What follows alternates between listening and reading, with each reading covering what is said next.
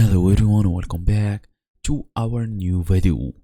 So imagine this, you spend 5 minutes perfecting yourself, adjusting the lighting, smoothing your skin, adding just the right amount of makeup. Then you tap save, and instead of your beautiful edited photo, you get the original, unedited.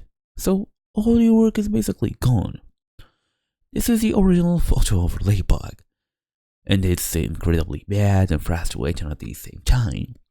According to FaceApp's official update notes from 2020, they actually introduced a new feature called the Overlay tool, which is designed for multi-step edits.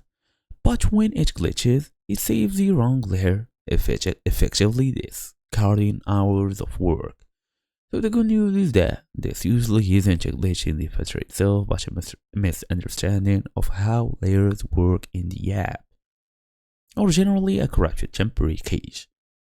So in this guide, I will show you how to recover your edits and prevent this from happening in the future.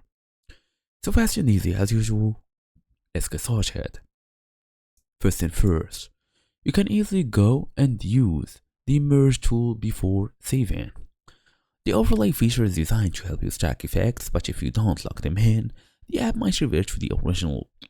Before you hit the final save button, go to the 3 dots menu in the top corner and select merge. So this flattens your current edits into the base image.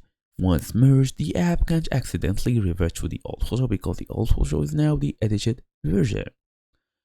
So it's basically right now time to clear the cache. Go all the way, look for the app, long press it, info, all the way down, storage, clear the cache. Then you can reopen the app and try again. So that's the whole idea. Thank you all for watching. I'll see you all in the next video.